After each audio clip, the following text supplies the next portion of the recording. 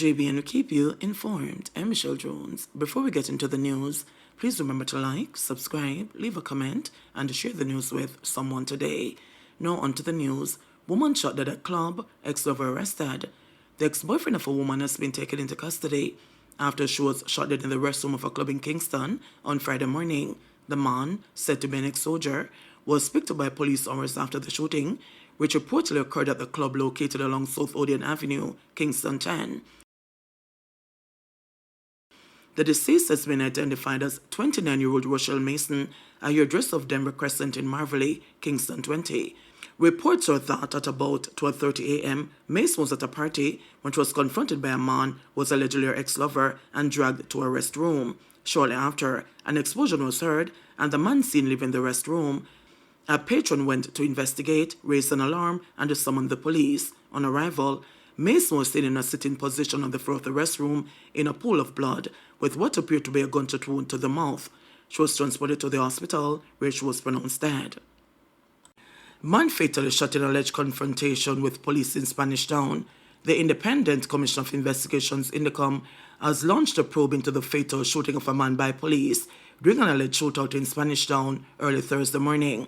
The deceased has been identified as 38-year-old Anthony Kemar Richards, otherwise known as Ganja, who resided on Marchpen Road in Spanish Town. According to preliminary reports, at approximately 5:30 a.m., a police unit conducted a search operation in the Marchpen Road area. During this operation, police entered the premises where Richards was present.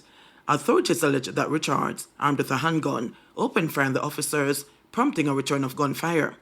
Richards sustained injuries during the exchange and was subsequently transported to the Spanish Town Hospital, where he later succumbed to his injuries. A 9mm pistol, along with a magazine containing 1 round of ammunition, was reportedly recovered from the scene. 3 guns and ammunition discovered in package at logistic facility in St. Andrew. The Hunts Bay Criminal Investigation Branch is actively investigating the seizure of 3 guns and 50 rounds of assorted ammunition discovered in a package at a logistic facility on Thursday. According to police reports, personnel at the facility detected anomalies while scanning a package, prompting them to alert law enforcement. Upon their arrival, police conducted a thorough search of the package, revealing a .357 Smith & Wesson pistol, a Springfield pistol, and a Ruger pistol, along with a significant quantity of ammunition. The guns and ammunition were promptly seized by authorities for further investigation. However, as of now, no arrests have been made in connection with the incident. The investigation is ongoing as police work to determine the origin of the package and its intended destination. Senior citizen dies while picking akis. In a suspected case of death by misadventure, an elderly woman met a tragic end on Thursday after she went to pick akis and was soon entangled in the branches of the tree in Burnt Ground, St. Elizabeth. Sometime after 7 o'clock Friday morning, relatives found the body of 83-year-old Udell Townsend caught in the tree. A bag with akis, a pair of slippers, and a machete were found at the base of the tree.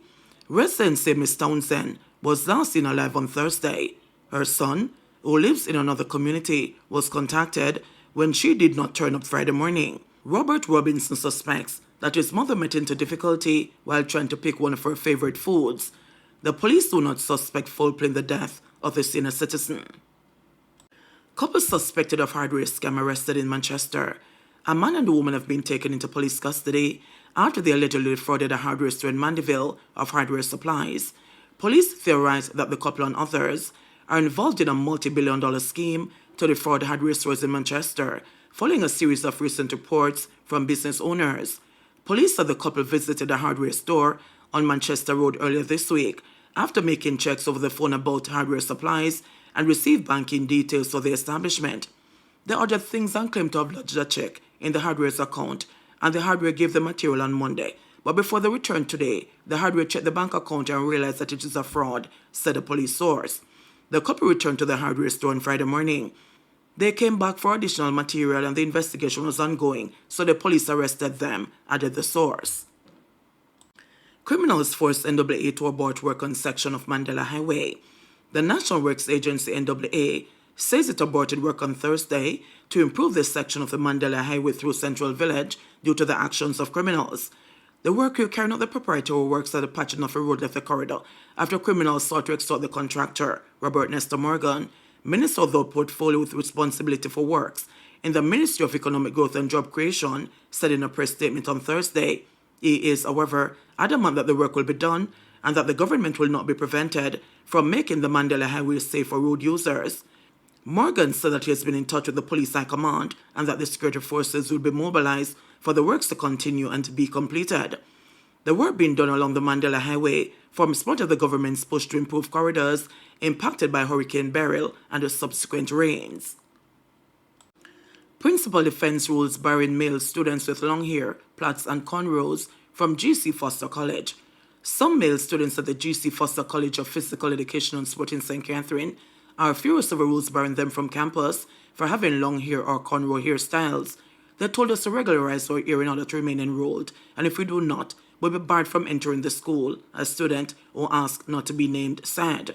The trainee teacher said he had no choice but to cut his hair as he was faced with an ultimatum. I was not happy at all cutting my hair, said the disgruntled student, who said that having been forced to cut his hair low during high school, he was looking forward to the freedom to grow it at the college level. He explained that although his hair was long, it was properly groomed. The principal, he does his job, but in this particular instance, he went about it the wrong way because most of us felt discriminated against because of our hair. We do not want to cut our hair, but in all honesty, we were forced to, the student complained. Principal Maurice Wilson noted that all teachers' colleges have a grooming policy. What we have said to the students is that we are having issues where they are being stigmatized because of their grooming, he said on Thursday. Wilson said that when a person decides to enroll at a teacher's college, that person has to make the choice based on the rules that govern the institution.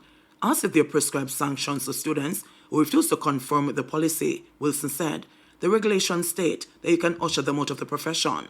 However, Wilson said the approach that has been taken by GC Foster is to use gentle coercion to get students to comply. He made it clear that the college has no issue with Rastafarians who desire to attend the institution, noting that all such an individual would need to present is a letter to substantiate that he is a member of the faith. There are strict codes that must be followed by students who attend teachers' colleges. The student handbook at GC Foster stipulates that for males, no cornrows, plaits or twisting are allowed. It also states that hair should be a maximum length of half an inch and properly combed. It said that failure to follow these rules will result in students being barred from class. They pay their money to us so that we can train them to be the best that they can be, said Wilson, adding that the objective is for them to be at the top of the list or selection to take up jobs in the schools. Wilson said his sons could not attend GC Foster or Church Teachers College as they would run afoul of the hair grooming rules. However, he noted that such strict regulations do not apply to some universities in Jamaica. Police is searching for suspect linked to woman's murder in Linstead. The St. Catherine North Police are still on the hunt for the main suspect in the murder of a woman in Commodore, Linstead last month. Glendon Bull Amos is also being sought for the crimes in the wider Linstead area. Superintendent Upton Nicholson, commanding officer for the division, says the police are having difficulty monitoring Commodore, which covers a large area and is heavily vegetated. Superintendent Nicholson says the crimes being committed in the hotspot are being done by people who are well acquainted with the area. He is imploring residents to assist the police in identifying the perpetrators, even as the police make some headway in catching up with the suspects. He was responding to concerns from Council of the Bugwort Division, Denise Murphy Bramwell, who called for the police to liaise with residents of Commodore. Murphy Bramwell said since the murder of Marion Phillips and the wounding of a child, the residents have been living in fear. Another woman was killed in the community in May. JBNN will keep you informed. Please remember to subscribe, like, share, leave us a comment, and click the notification bell to receive our daily news items.